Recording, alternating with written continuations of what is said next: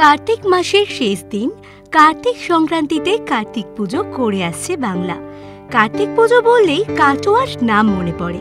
সর্বত্র কার্তিক পুজো হলেও কাটোয়ায় হয় কার্তিক লড়াই। কিভাবে কাটোয়ায় শুরু হলো কার্তিক লড়াই, সেই কাহিনী জানবো, কিন্তু তার আগে আসুন জেনে নিই ইতিহাসের প্রাচীন নগর কাটোয়া সম্পর্কে। এই শহরে আছে বহু গল্প আর ইতিহাস। জানার জন্য দেখতে থাকুন পুরো ভিডিওটা। কাটোয়া শহরের প্রাচীন ইতিহাস বারবার মুগ্ধ করে ইতিহাসপ্রেমী মানুষকে। ভাগীরথীর পশ্চিম পাড়ে অবস্থিত কাটোয়া শহর হাওড়া স্টেশন থেকে, যার দূরত্ব প্রায় ১৪৪ কিলোমিটার। প্রাচীনকালে এই জনপদের নাম ছিল কণ্টকনগর। গ্রিক পর্যটক মেগাস্থিনিস তাঁর ভারত ভ্রমণের সময় এসেছিলেন কাটোয়ার প্রান্তে। তিনি উল্লেখ করেছিলেন সমৃদ্ধ নগরের কটদুপার কথা। মনে করা হয় এই কটদুপা আসলে কাটোয়া। সেই সময় নদী বাণিজ্যের অন্যতম কেন্দ্র ছিল পূর্ব বর্ধমান জেলার এই শহর। নবাবী আমলে মুর্শিদাবাদ যাওয়ার প্রবেশ পথ ছিল কাটোয়া। কেমন ছিল প্রাচীন কাটোয়া? প্রাচীনকাল থেকেই কাটোয়া ছিল সমৃদ্ধ নগরী। মধ্যযুগ আধুনিক যুগেও কাটোয়া অত্যন্ত গুরুত্বপূর্ণ শহর। গঙ্গা ও অজয়ের মিলনস্থলে কাটোয়া শহরটি গড়ে উঠেছে। মাত্র ১২ কিলোমিটার দূরে মুর্শিদাবাদ, ১০ কিলোমিটার দূরে বীরভূম আর ভাগীরথীর ওপারে নদিয়া, ৪টি জেলার সংযোগস্থল কাটোয়া। কাটোয়ায় কিভাবে শুরু হলো কার্তিক পুজো? কার্তিকের লড়াইয়ের জন্ম হলো কিভাবে? কাটোয়ার গঙ্গা তীরবর্তী এলাকায় ব্যবসার কাজে ক্রমশ বাবু সম্প্রদায়ের ভিড় বাড়তে থাকে। ব্যবসা করতে আসা বাবু শ্রেণীর বিনোদনের জন্য গড়ে ওঠে গণিকা পল্লী। তাঁরা সন্তানের কামনায় শুরু করেন কার্তিক পুজো। কাটোয়ার গঙ্গা পাড়ের প্রাচীন চুনারি পাড়ার বার বনিতাদের সূত্রেই কাটোয়ায় কার্তিক পুজোর চল শুরু। কোন পুজো বেশি জাঁকজমকপূর্ণ তা নিয়ে প্রতিযোগিতাও হতো। এইভাবেই কার্তিকের লড়াইয়ের জন্ম। বণিক ও বারবণিতাদের সম্মিলিত প্রয়াসেই কাটোয়ায় কার্তিক আরাধনা শুরু। ভাগীরথীতে তখন জমিয়ে ব্যবসা বাণিজ্য চলত। লবণের ব্যবসা জমে উঠেছিল। স্টিমারে লবণ রান্নার মশলা আসতে আরম্ভ হলো। কাটোয়ার একটা ঘাটের নাম হয়ে গিয়েছিল লবণগোলা ঘাট। কাটোয়ার ঘাটে দেশ বিদেশের বিভিন্ন বণিকদের দল, বড় বড় বজরার মালিক ও শ্রমিকরা এসে ভিড় করতে শুরু করলো। তাদের প্রমোদের জন্য গড়ে উঠতে লাগলো নিষিদ্ধ পল্লী। সেকালে কাটোয়ার নিচু বাজার, বড় বাজার, খড়ের বাজার অঞ্চলে বাবুরা মহাজনেরা রক্ষিতা রাখত। বর্গী আক্রমণের সময় কাটোয়া ও তার আশেপাশের অঞ্চলের বহু নারী বর্গীদের অত্যাচারের শিকার হয়ে এই সব পল্লীতে চলে আসে। বার বণিতাদের সন্তান লাভের কামনা এবং স্থানীয় বণিকদের অর্থের প্রাচুর্যের প্রদর্শনের জন্যই নিষিদ্ধ পল্লীতে কার্তিক পুজো শুরু হয়।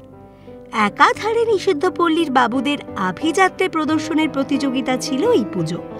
কোন বাবু বেশি খরচ করে, কোন বাবু শ্রেষ্ঠ, তার দৈরথ শুরু হলো।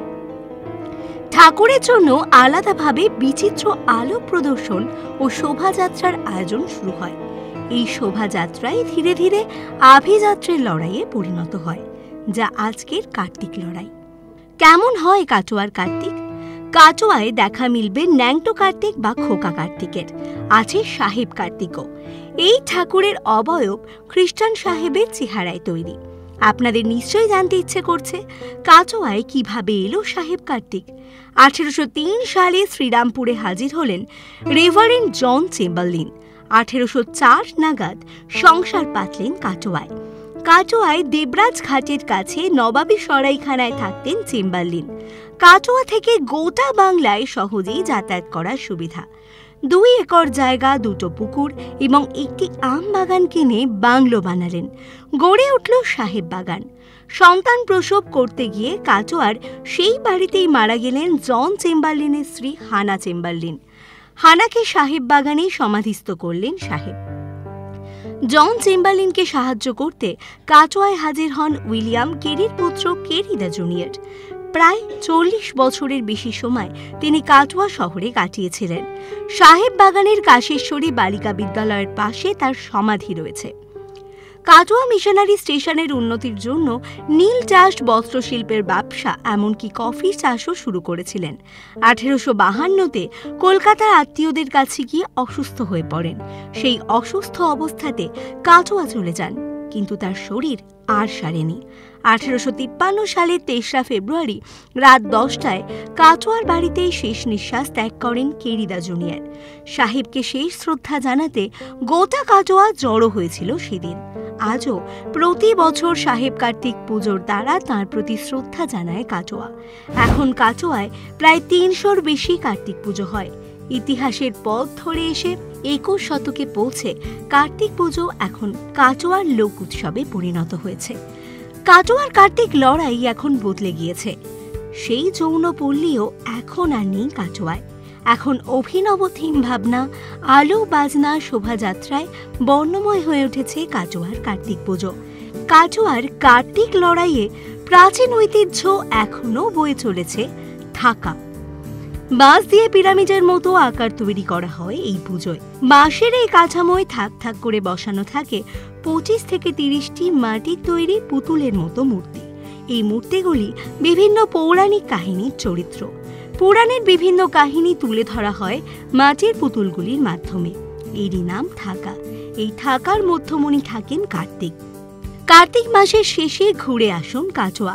বিখ্যাত কার্তিক লড়াই ছাড়াও দেখে নিতে পারেন এখানকার একাধিক ঐতিহাসিক দ্রষ্টব্য। পশ্চিমবঙ্গের পর্যটন মানচিত্রে গুরুত্বপূর্ণ স্থান এই শহর। রেলপথ এবং সড়কপথে খুব সহজেই পৌঁছে যেতে পারেন। কাটোয়া জংশন রেলওয়ে স্টেশন পূর্ব রেলের হাওড়া ডিভিশনের একটি গুরুত্বপূর্ণ স্টেশন। হাওড়া থেকে কাটোয়া লোকাল ধরে সহজেই পৌঁছে যাওয়া যায় এই শহরে। সময় লাগে প্রায় 3 ঘন্টা। এরকমই আরও অনেক ভিডিওস দেখার জন্য নজর রাখুন আমাদের চ্যানেলে ও পাশে থাকা বেল আইকনটি ক্লিক করতে ভুলবেন না।